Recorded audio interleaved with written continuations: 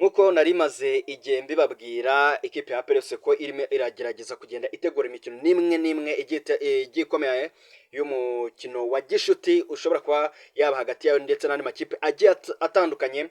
Mu kanya gato rero ikipe ya APR FC imaze gutangaza yuko irimo irategura umukino wa gishuti uzabera kuri Kigali Pele Stadium ku munsi wo ku cyumweru ku itariki 23. Ni umukino ngiye kuza tuganireho, noneho tugiye kuganira byinshi bigiye bitandukanye. Ese uyu mukino uraza gufasha ikipe ya APR FC? Niwe mwuka uri muri squad hagati muri ikipe ya APR FC? Ese imyitozo bakomeje kugenda bakora y'imbaraga cyane niki ishobora kuba yafasha ikipe ya APR FC mu gukomeza kwitegura imikino igiye itandukanye, by'umwihariko imikino ibiri bafitanye n'ikipe ya Les Aigles du Congo mu mikino ya CAF Champions League. Reka nizere ko umeze neza cyane, nizera ko wamaze kuhakora subscribe kugira ngo tujye dukomeza kugenda tubana neza gatanu kuri gatanu. Niba utarayikora yikore nonaha kugira ngo ujye uba umwe mu bambere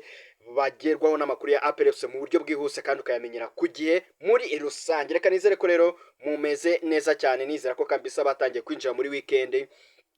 yanyu ikomeje kugenda ibaryohera, ikomeje kugenda imera neza cyane. Nuko rero nkuko mubibona kuri iyo flyers, ikipe ya APR FC imaze gutangaza yuko byabaye confirmé mu gitondo, nabigarutseho ndimo ndavuga ko ari ku kigero cya 90%. Ikipe ya APR FC igomba gukina n'ikipe ya Al Ahly Wadi Madani yo mu gihugu cya Sudani, kubera ko n'ikipe nayo yaje kwitabira imikino cyangwa se yaje kwitegura imikino yayo ya CAF Confederation Cup, kubera ko nayo izakira hano i Kigali mu Rwanda ku itariki 5. Ifite umukino ukomeye cyane n'ikipe ya Tusker yari iri hano muri Sekafa Kagame Cup. Tusker yo muri Kenya yatwaye igikombe cy'igihugu murayibuka, n'ikipe yageze muri kimwe cya kabiri. Ni umukino rero uzaba ukomeye, rero ni nayo mpamvu nyuma yo gukina n'amakipe agiye atandukanye, ikipe ya Al Ahly Wadi Madani yo mu gihugu cya Sudan yakinnye umukino n'ikipe ya Gorilla, bakina umukino n'ikipe ya Rayon Sport, ndetse iyo mikino yose batsinze ikipe ya Gorilla ibitego 2-0. Ikipe ya Rayon Sport batsinda ibitego 2-1. Niyo mpamvu rero bifuje yuko ku mpande zombi baganiriye bemeza yuko bagomba gukina, haba ku ruhande rw'ikipe ya APR FC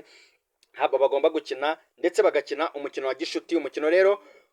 muri karindiriye ikipe ya Al Ahly Wadi Madani nabonaga ko yo yari ifite indi mikino igiye itandukanye, bari barateguye umukino n'ikipe ya Al Hilal ndetse n'ikipe ya El Merreikh, ariko mu makipe bari basigaje hiyongeraho ikipe ya APR FC mu buryo bwo gukomeza kugenda bitegura imikino ya CAF Confederation Cup. Ku ruhande rw'ikipe ya APR FC ni umukino ushobora kuba wabafasha cyane, kubera ko twabonye ikipe ya APR FC ikina imikino ya pre-season igiye itandukanye, gusa igakina n'amakipe ari hasi batanganya urwego. Navuga nk'ikipe ya Gasogi, ikipe ya Etincelle, ikipe ya Matale, ikipe ya Sunrise, ndetse kuri Sunrise bo baza gutsindwa ariko baza gukora reaction ku mukino bakinyemo n'ikipe ya El Merreikh bayitsinda ibitego bigera kuri 3-0. Ntekereza ko noneho kuri uyu mukino w'ikipe ya Al Ahly Wadi Madani ni umukino ushobora kuba wabahereza challenge, kubera ko iyi kipe nayo ni ikipe yo muri Sudani ije gukina, irimo iritegura imikino ikomeye cyane ya CAF Confederation Cup. Ikipe ya Al Ahly ni ikipe ishobora kuba yahereza APR FC igipimo, kubera ko nagerageje kureba umukino wayo n'ikipe ya Rayon Sport nkimara kumenya yuko ikipe ya APR FC nayo yifuje ko bakina, nibwo nahisemo kuba ntareba umukino bakinanye n'ikipe ya Rayon Sport. Nsubira mu mashusho nasanze ari ikipe ikomeye, ni ikipe izi gukina amazone yabo, bazi guhagarara, ikintu kiswe guhagarara muri zone aho bariri, bazi kwakina kandi bakakina mu buryo bwinshi bugiye butandukanye. Mu kudefanda ni ikipe ishobora kuba yakwima umwuka cyangwa se ishobora kuba yakwima aho upfumurira, kubera ko ni ikipe ifite abamediateri beza kandi ubona ko bumutse b'abanyasudani, bumutse barebare, ndetse hakaba hagiyemo n'amaraso menshi agiye hakaba harimo n'andi maraso y'abandi bakinnyi baturuka mu bindi bihugu bigiye bitandukanye. Ubona ko ni ikipe navuga ko ku mupira wo muri Sudani, navuga kuri shampiyona iri muri 12 nziza ku mugani wa Afurika. Ku ikipe rero nka Wadi Madani nayo ishaka competition,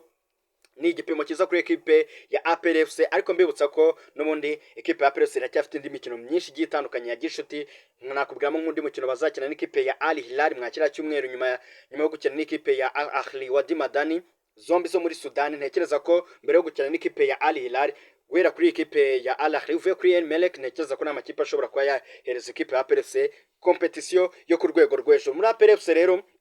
uyu ni umukino bagize seriye cyane, nk'uko twabonye bakina kuri ekipe ya El Merreikh. ni umukino umutoza Taleb yifuje noneho kuba yatangira kugenda amenyereza ba 11 twabonye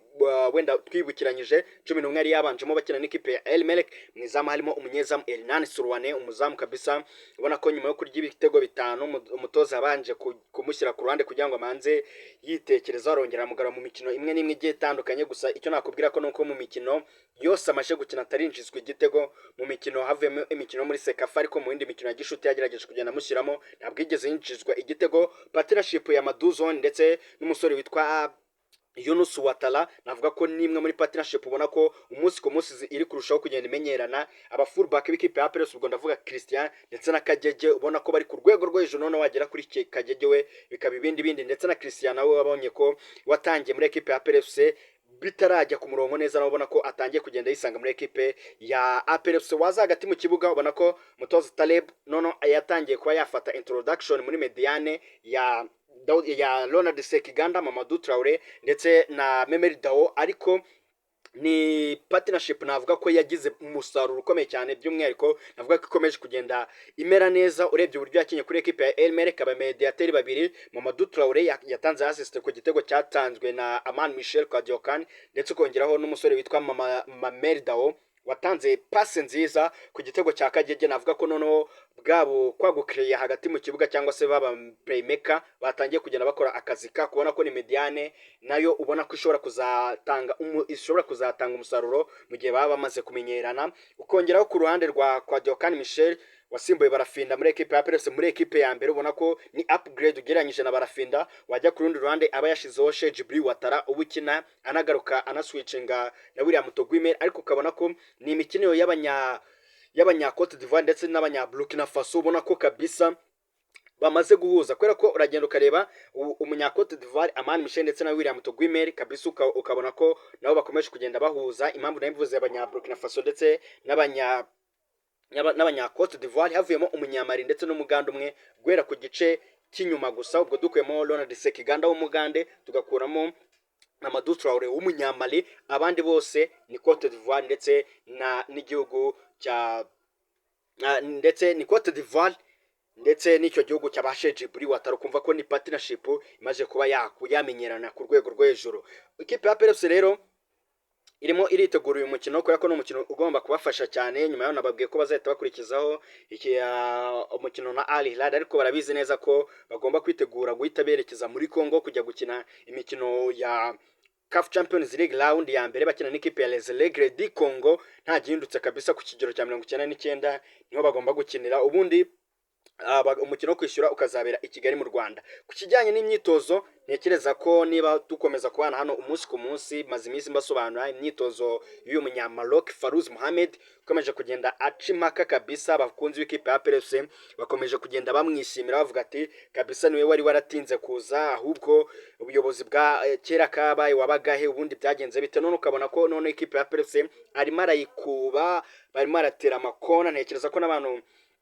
tubana umunsi ku munsi mukomeze kugenda mubibona mu tuvideo ngerageza kugenda bahereza mu gihe twasohoye n'ikipe ya Peres ariko ntekereza ko n'umutoza noneho dushobora kubona none ikipe ya Peres twashinjaga yuko iki ni gice cya mbere nyamara mu gice cya kabiri imbaraga zikaba zabaye nkeya dushobora kuyibona none irimo iraperforminga ku rwego rw'ejo nuko uko bihagaze nizera ko abakunzi b'ikipe ya Peres umukino muzawitabira ku bwinshi mukajya gushyigikira ikipe yanyu nareka nsoreza ngamba nshimire we twabanye nshimire bamaze kuhakora subscribe uri umuntu w'ingenzi cyane ndetse naho utarayikora wayikora none kugira ngo tujye dukomeza kugenda tubana neza 5 kuri 5 ngiye mvane Bo Fabrice ni The Sport Move reka tuzasubira utaha ciao ciao.